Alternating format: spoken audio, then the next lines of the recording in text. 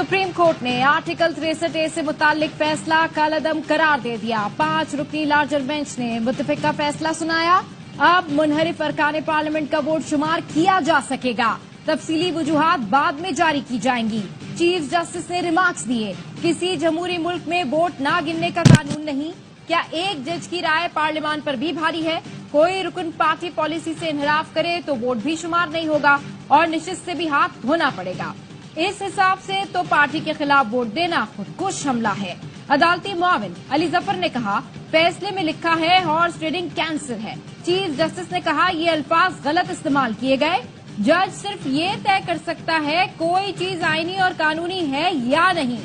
जज मुंतखब नहीं होते, उन्हें अपने दायरे अख्तियार में रहना चाहिए। इनहराफ के बाद कोई रुकन मुआफी मांगे तो मुमकिन है पार्टी सरबराह मुआफ कर दे। किसी ने मुझसे एक्सटेंशन के बारे में सवाल किया, मैंने जवाब दिया, आप मुझे कल की गारंटी दें कि मैं रहूंगा। हो सकता है आज मेरी आखिरी सांस हो, अंदर कुछ नहीं चल रहा, कोई लड़ाई झगड़ा नहीं है।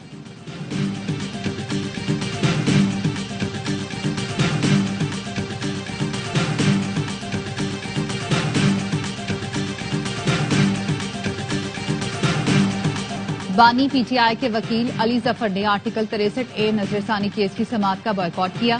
सुप्रीम कोर्ट से दरख्वास्त वापस ली। कहा, बानी पीटीआई का मौकिफ है इस बेंच की तश्कील दुरुस्त नहीं।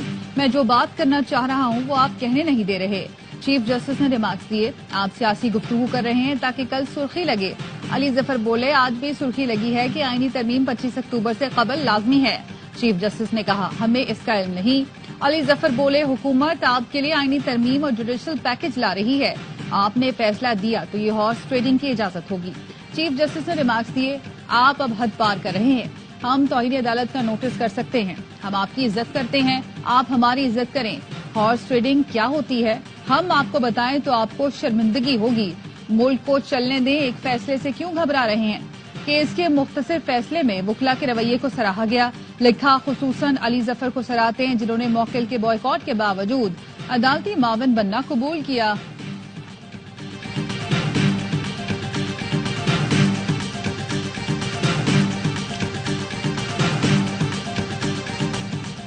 बेंच गैर कानूनी है, फैसला तस्लीम नहीं करेंगे। बैरिस्टर अली जफर कहते हैं, बेंच की तश्कील से मुतालिक हमारी पटिशन पर फैसले तक आर्टिकल 63A का फैसला नहीं माना जा सकता। सुप्रीम कोर्ट के आज के फैसले पर अमल दरामद हुआ तो हुकूमत हॉर्स ट्रेडिंग करेगी, नंबर्स के लिए ताकत के जरिए मेंबरान को खरीदेगी। हमारे अरकान मुखलिस हॉर्स ट्रेडिंग में मुलव्विस नहीं होंगे। आरिफ अलवी ने कहा, पूछना चाहता हूँ 63A की इतनी जल्दी क्यों थी? ये इस काबिल नहीं कि कानून पास कर सके। पीपी पर अफसोस है। 73 के आयन को घर के चिराग से आग लगेगी। पीटीआई ने जस्टिस मंसूर अली शाह की अदम मौजूदगी में प्रैक्टिस एंड प्रोसीजर कमेटी के इकदाम को चैलेंज कर दिया। सुप्रीम कोर्ट में दरखास्त दायर।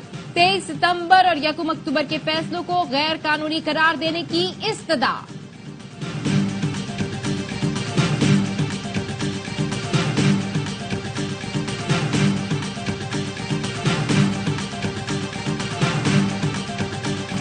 तिरसठ ए से मुतालिक अदालती फैसला कबूल करते हैं। इसे मैच फिक्सिंग या खरीदो फरोख्त का जरिया नहीं बनना चाहिए। मौलाना फजल रहमान की प्रेस कॉन्फ्रेंस। हुकूमत से आईनी तरामीम SCO कॉन्फ्रेंस के इख्तिताम तक मौखर करने की अपील भी कर दी। कहा, ऑपोजिशन से भी कहता हूं वो एहतजाज न करें। हैरत है हुकूमत को आईनी तरामीम पर इतनी जल्दी क्या है। आईनी तरामीम पर हुकूमत के साथ नहीं, ये बिल अपनी तफसीलात के साथ इस काबिल नहीं है कि इसको पास किया जाए। अगर हमारा वोट इतना जरूरी है तो हमारी भी बात सुने।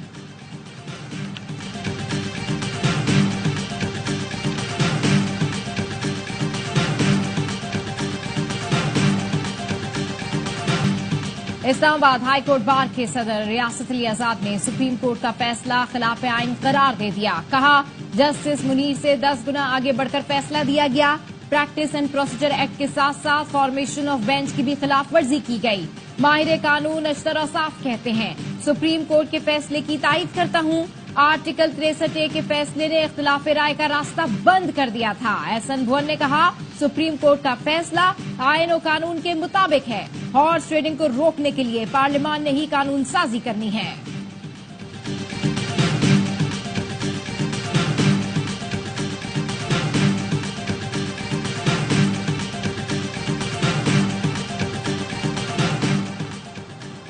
लबनान और गजा पर मलेशिया के मौक़िफ़ की हिमायत करते हैं। मलेशिया और पाकिस्तान ने गजा में जंगबंदी की हमेशा हिमायत की।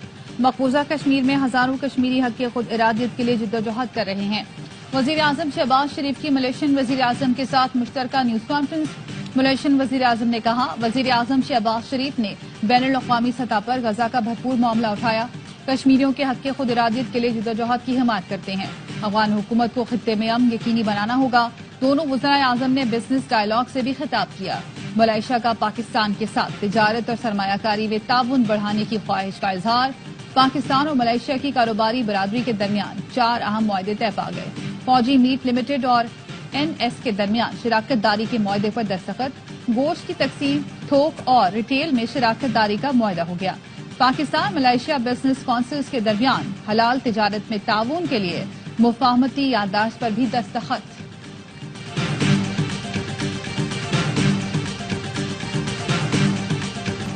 मलेशिया के वजीर आजम के लिए निशान पाकिस्तान का एजाज। ऐवान सदर में खुसूसी तकरीब। सदर मुमलिकत ने मोअज़्ज़िज़ मेहमान को एजाज से नवाजा।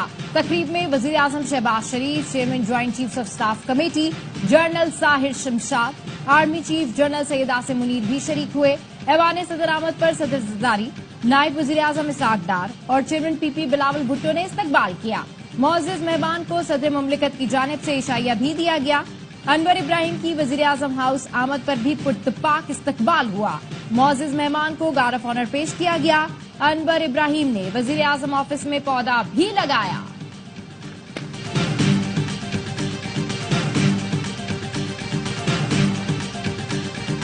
जो हाथ चढ़ेगा नरमी की तवक्को न रखे। वजीर दाखिला मोहसिन नकवी ने PTI को खबरदार कर दिया।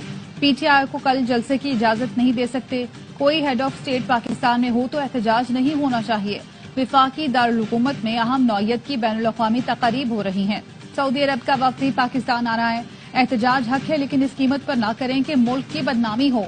जलसे की जगह मुख्तस है, PTI वहां जलसा करे। हमें सिक्योरिटी इंतजाम देखने हैं।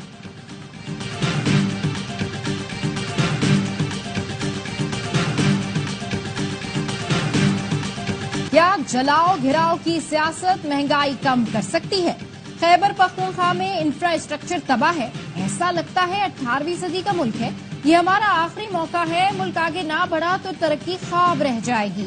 मरियम नवाज का हिम्मत काट के इजरा की तकरीब से खिताब। कहा, KP के सरकारी वसाइल फसाद और इंतशार के लिए खर्च हो रहे हैं। बेहतर होता ये लोग पंजाब पर हमला आवर होने के बजाय अवामी मसाइल हल करते। किसी की गालम गलोच का जवाब नहीं देना चाहती। फजूल बातों का जवाब देने का वक्त नहीं। सूबे में कानून की अमलदारी पर कोई समझौता नहीं होगा। कानून हाथ में लेने वालों से हरगिज कोई रियायत नहीं होगी।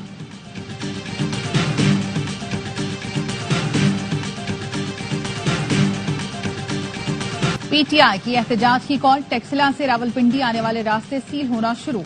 इस्लामाबाद और रावलपिंडी को मिलाने वाले रास्तों पर कंटेनर्स रख दिए गए। प्राइवेट स्कूल एसोसिएशन का कल इस्लामाबाद में स्कूल बंद करने का ऐलान।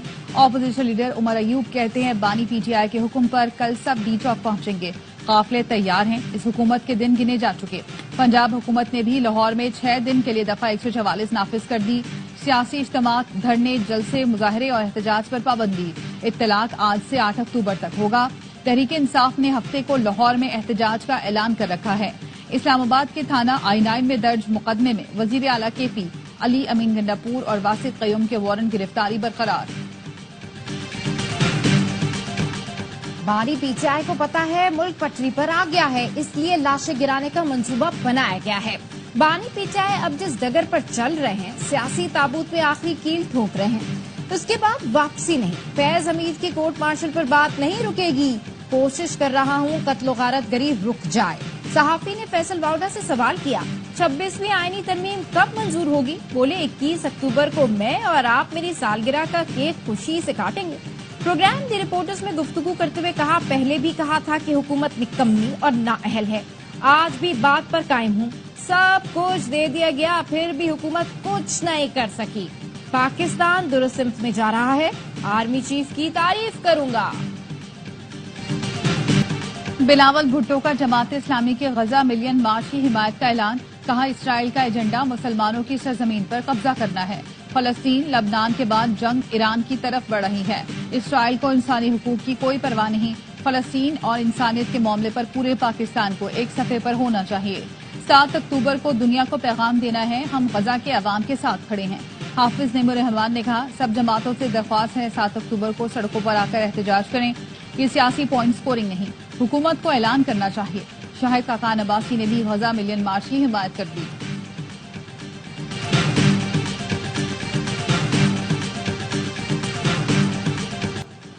इसराइल की लबनान में वहशियाना बमबारी, 24 घंटे के दौरान मजीद 46 अफराद शहीद, 85 जख्मी हो गए।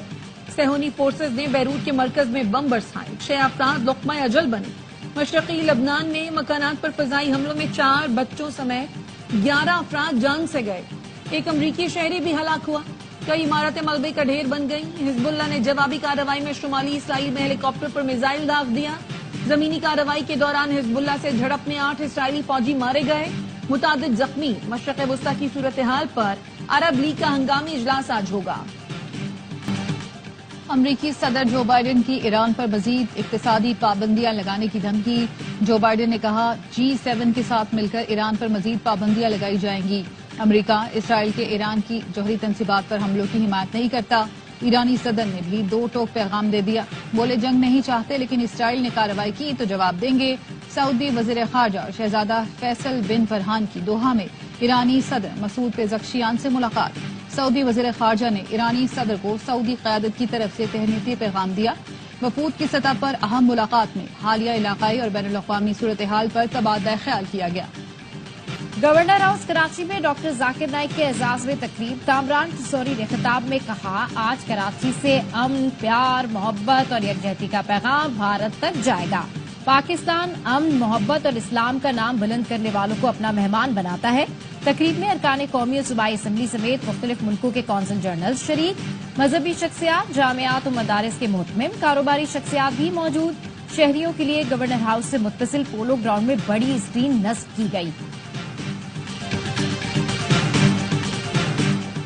पीटीआई के वकील मुस्तफीन काज़मी इस्लामाबाद में गिरफ्तार। मुस्तफीन काज़मी की गुज़िश्ता रोज सुप्रीम कोर्ट में दौरान समाअत चीफ जस्टिस से तल्ख कलामी हुई। वकील ने बदतमीजी भी की थी। मुस्तफीन काज़मी को थाना सेक्रेटेरिएट मुंतकिल कर दिया गया। इस्लामाबाद की वुकला तंजीमों ने आईनी पैकेज मुस्तरद कर दिया। Islamabad high court bar, district bar और बार काउंसिल के सदूर की मुश्तरका प्रेस कॉन्फ्रेंस। कहा, आईनी तरामीम को सिर्फ मुस्तरद नहीं बल्कि इसे रोकने के लिए मुजाहमत भी करेंगे। ये आईनी अदालत नहीं बल्कि सियासी अदालत बनाई जा रही है। मखसूस शख्सियात के लिए मखसूस सियासी जमातें बदनीयती पर मबनी तरामीम कर रही हैं। इन तरामीम के बाद सुप्रीम कोर्ट के पास सेशन जज से ज्यादा इख्तियार नहीं होगा। वुकला तंजीमों ने सुप्रीम कोर्ट बार से 63A नजरसानी दरख्वास्त वापस लेने का भी मुतालबा कर दिया। 7 अक्टूबर को मुल्क गिर वुकला कन्वेंशन का ऐलान।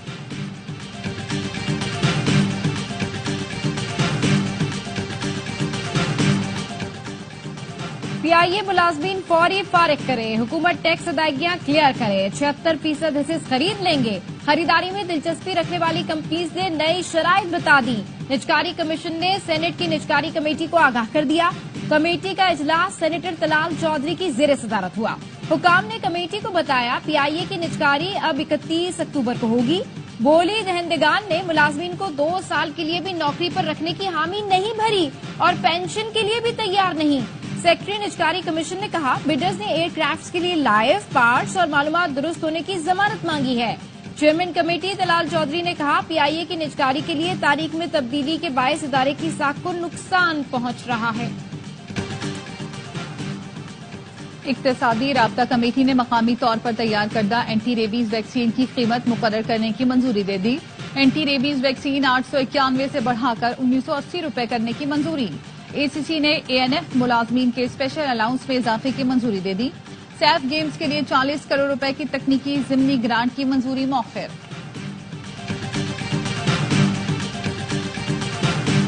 अमरीकी कौंसिल जनरल स्कॉट अर्बुम का पाकिस्तान स्टॉक एक्सचेंज का दौरा। रिवायती घंटा बजाकर स्टॉक एक्सचेंज में कारोबार का आगाज किया। कहा, गुज़िश्ता साल पाकिस्तान और अमरीका के दरमियान $7 अरब की तिजारत हुई। दोनों ममालिक की पायदार मुआशी नमू के लिए मिलकर काम करना होगा। Chairman Pakistan stock exchange doctor Shamshad Akhtar ने कहा, अमरीका की सपोर्ट से हमने FATF जैसे इदारे बनाए। ज़राअत और तालीम के शोबे में भी अमरीका का ताउन रहा।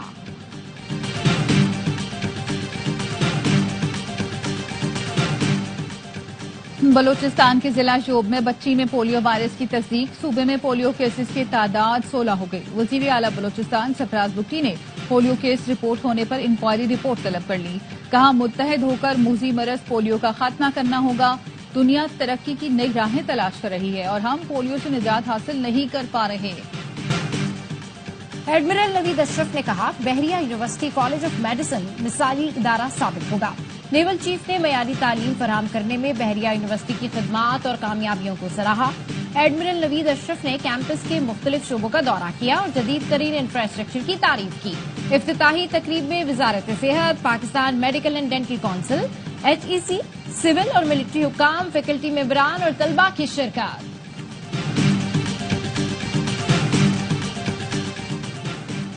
वर्ल्ड विमेन ऑर्गेनाइजेशन की 22वीं 3 रोजा सालाना जनरल मीटिंग WMO के सदर सलमान इकबाल की सदारत में कल से लंदन में होगी।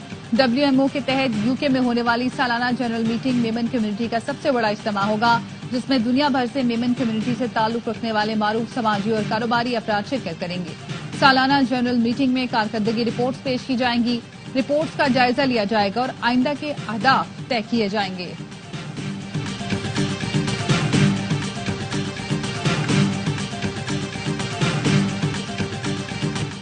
विमेंस T20 वर्ल्ड कप का मेला UAE में सज गया। इफ्तिताही मैच में बांग्लादेश ने स्कॉटलैंड को हरा दिया। आज के दूसरे मैच में पाकिस्तान और श्रीलंका की टीमें टकराएंगी। इवेंट के तमाम मैच पाकिस्तान के पहले HD sports channel A sports पर नशर किए जाएंगे।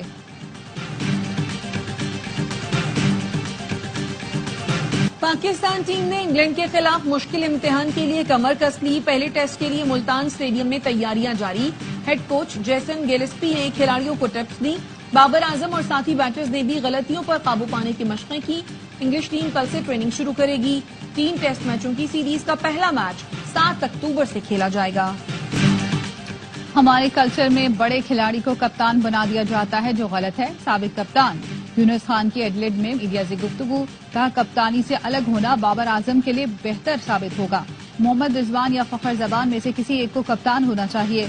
उम्मीद करता हूं पाकिस्तान क्रिकेट टीम ऑस्ट्रेलिया में अच्छा परफॉर्म करेगी। टीम की सिलेक्शन में कुछ मसाइल जरूर हैं।